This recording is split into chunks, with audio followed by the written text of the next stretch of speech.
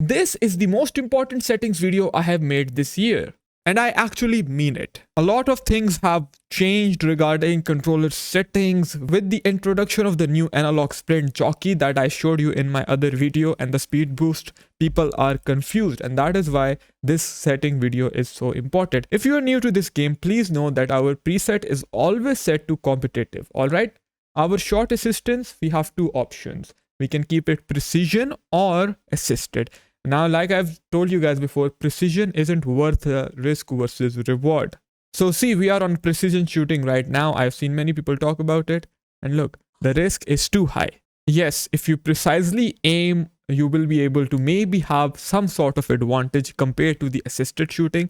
But it also takes away from outside the box shots. And we know the trivellas and everything. It is so important. Therefore, I always keep my shot assistance to assisted. It helps with the trivella shots. It helps with inside the box finishing as well. Although it may not be as consistent as the precision shooting at times, but overall evaluating the risk versus reward.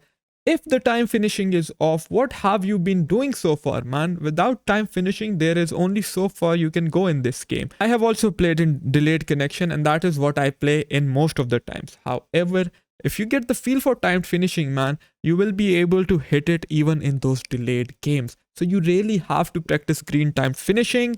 It is important.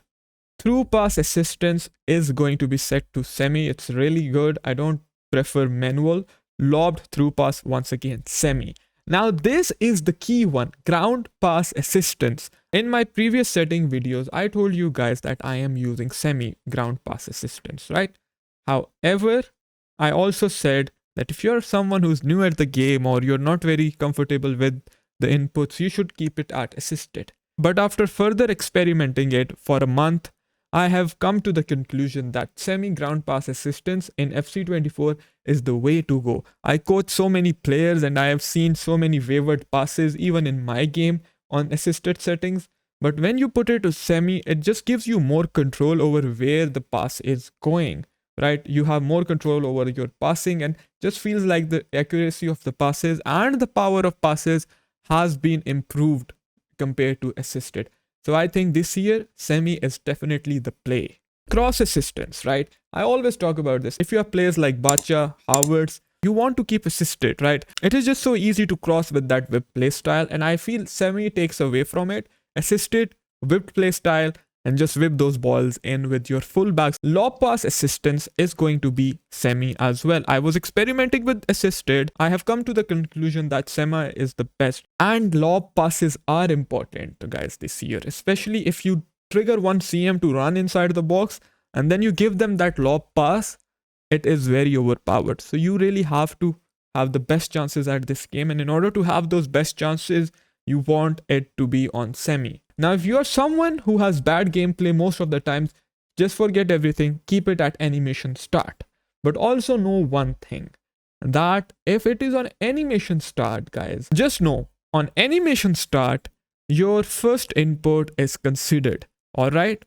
If you point the left stick towards the left and you wanted to pass there, but at the last moment you change your mind and now you are pointing the left stick towards right, the ball will still go to the left. Whereas if you were on late and at the last moment you change your mind and pointed the left stick up, your pass would go to the last input. The last input would be locked. This is useful when players are pressing you, at the last moment you can just change the direction of your pass depending on your opponent's behavior. But like I said, sometimes it becomes more of a mess because you expect the pass to be given early, but they give the pass late. So if you pointed your left stick towards left and at the last moment you changed it to right, but he still gave a delayed shitty pass, and now your first touch is spoiled because of that delayed pass. In order to avoid that, because first touches are so important, just keep it at animation start. Precision pass sensitivity really doesn't matter, just keep it at normal. Defending, clearance assistance directional, jockey is always manual. Advanced defending versus tactical defending, the biggest debate. And for you guys, I have once again gone back to tactical defending. I have not seen a noticeable difference while jockeying in the tactical defending, right? Jockey pretty much feels the same, but this thing which you are seeing on your screen right now, the shoulder barge, it is a game changer this year. When you are parallel to the attacker, this is what you want to do. You want to press them with the shoulder barge. So whenever you are parallel to the defender, you want to push him off the ball. And that is why we use X. If you have not practiced it yet, guys, you need to learn it. You need to master it, because there are no ifs and buts with this method. There is a small majority of players that still uses tactical defending. I know a couple of pro players, for example, Abu Maka, who is playing at the FC Pro Open. He uses tactical defending. He's using it well.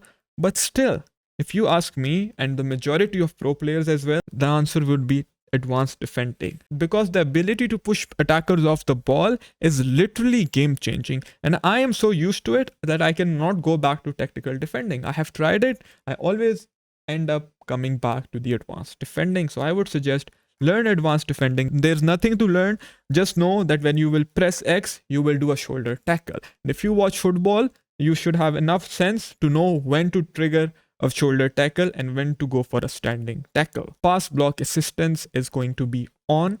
Switching is going to be on air balls and loose balls. I've tried manual, many pro players suggested, but it is not for the average player. It is not for the average player. Just keep it air balls and loose balls. Auto switching move assistance, none or low. I've tried none. I always come back to low. I prefer low. Right stick switching is going to be classic, right? Right stick switching reference is going to be player relative. And now in my last video, some people were crying that why am I using 3? Guys, I am using 3 because it feels like the old system. It feels like switching from FIFA 23, FIFA 22, FIFA 21 and so on. This is the closest I have been to the previous switching system. And I am used to that switching system. That is why I prefer using 3, because it makes me feel like I am playing the older FIFAs. I don't want to use 4 or 5.